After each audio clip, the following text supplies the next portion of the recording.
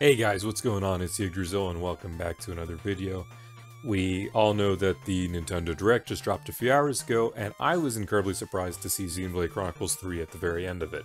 Now, I haven't expressed this before on the channel, but I'm a huge Xenoblade Chronicles fan. I remember playing the game the first time, the original back in 2011, or was it even 2012 when it released to the Western audience. But I fell in love with it. I'm so happy it just became a series, and Nintendo's giving it all the love it deserves. And just seeing how 3 is going to be tying in the stories of 1 and 2, I just really wanted to make a video about some things I picked up watching the trailer for the 16th time already, and just some key points that I want to bring up and I'll show throughout this video. That being said, it's in your best interest, I think, if you are interested in playing Xenoblade Chronicles 3, to give 1 and 2 a go yourselves. They are both on the Nintendo Switch. 1 is never looking better, 2 has everything, all the DLC, which I would also recommend. Got a lot of inspiration in the DLC, I'm going to bring that up too. And yeah, let's get into the video. So first I'm going to stop at this image because if you noticed while this guy was playing the flute, who I thought was completely a Fire Emblem character, by the way, up until a later scene, I noticed that these little cubes are just floating by him as he's continuing to play. And if you play Xenoblade Chronicles 2, they might seem a little familiar. These, for whatever reason, just remind me of the core crystals or the little DNA core crystal variant towards the end of the game that you're going to be explained about. That's just my personal feel. It might just be a sort of texture choice that didn't really mean anything, but that's just what I think.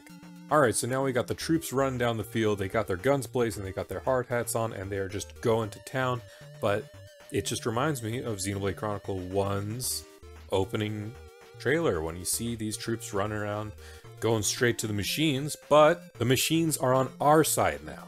The Mechon are on our side. It's just, this is where I was like, okay, this is Xenoblade now. This is absolutely 100% Xenoblade now. No one can tell me otherwise. You got the face Mechon with the big bulging red eyes. You got the big hulking torso, upper torso.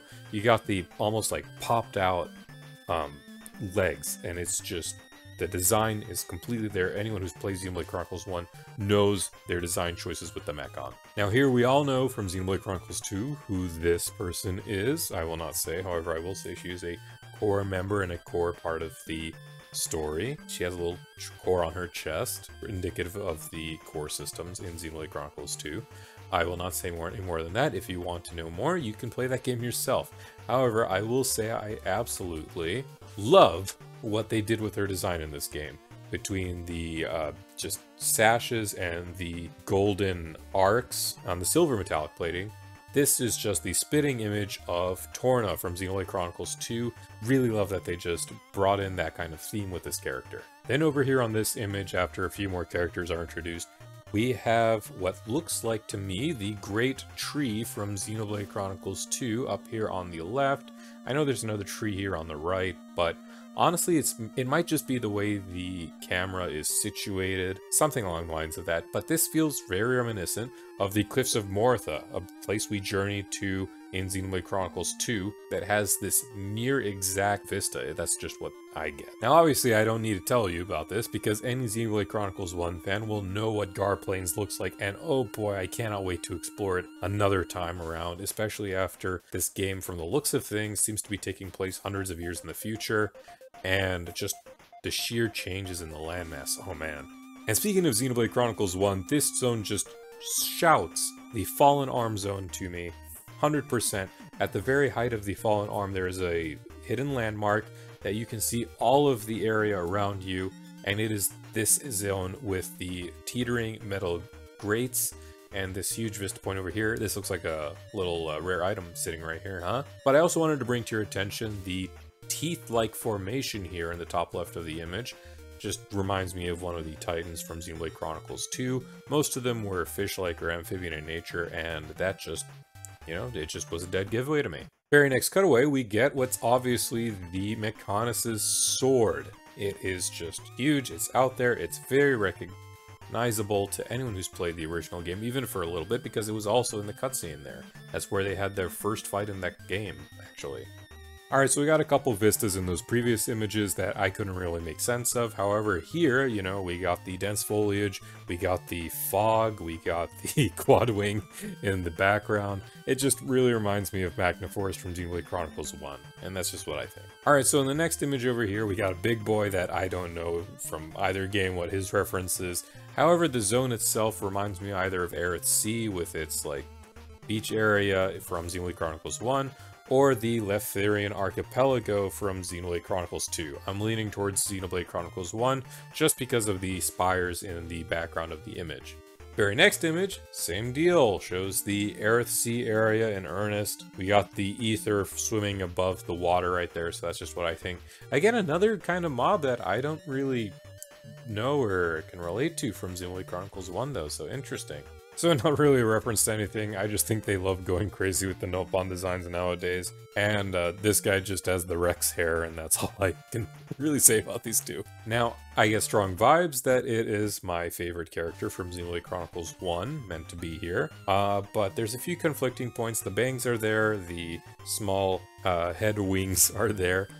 She's wearing a mask, which is a little strange because they were quite adamant about changing the tradition from Xenoblade Chronicles 1, and the long flowing hair in the back. However, this character also mentioned Ouroboros, or Ouroboros. Now, usually it's a symbol of some sort of character or race of character. Often in these kinds of RPGs, they have a tattoo on them. You might remember it from Full Metal Alchemist, how the 7 Deadly Sins in that anime series had the Ouroboros tattoos. Well, in this game, I have high reason to suspect the Ouroboros are these monolith-like tattoos that so far have been found on 2 of these characters that I've taken a close look at their released character art. This fine lass on her chest, and this strapping gentleman on the end of his chin. Again, I don't know if that is what she's referring to, it's just my own suspicion. Let's move on. And if you look over here, we have in this final image, the left-hand side, we have the Sword of the Mechonis. In the right side, we have a decayed, broken Titan body. Now, I looked at this Titan for a few moments before it really struck me that this is the Orion Titan from Xenoblade Chronicles 2. It was in their promotional artwork for the game. It's a prominent place to go to in Xenoblade Chronicles 2.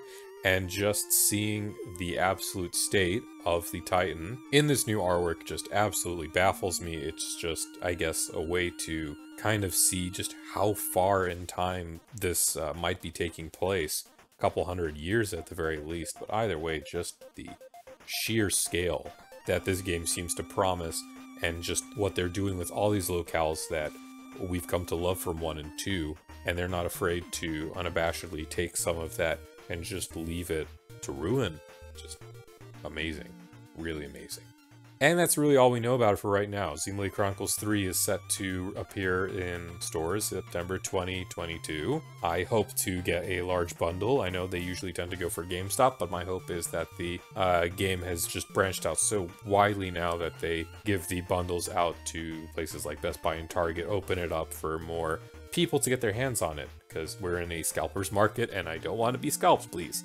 That being said, Xenoblade Chronicles 3 is looking to really be a tearjerker and take away a large aspects of Xenoblade Chronicles 1 and Xenoblade Chronicles 2 and just put them together and just mess with my feelings. I have no doubt about that. But what do you think? Did you get the same sort of vibe I got from some of the things I noticed in this trailer? Maybe you pointed out some other things that I didn't really see. Let me know in the comments below. I'd really appreciate it. I love Xenoblade Chronicles so much. I would love to talk about more of it, but I just feel a little inadequate next to the likes of huge figures in the series like Chugga Conroy and Anil and whatnot. But I still want to talk about it nonetheless. So again, let me know what you think in the comments, and as always, have a great day.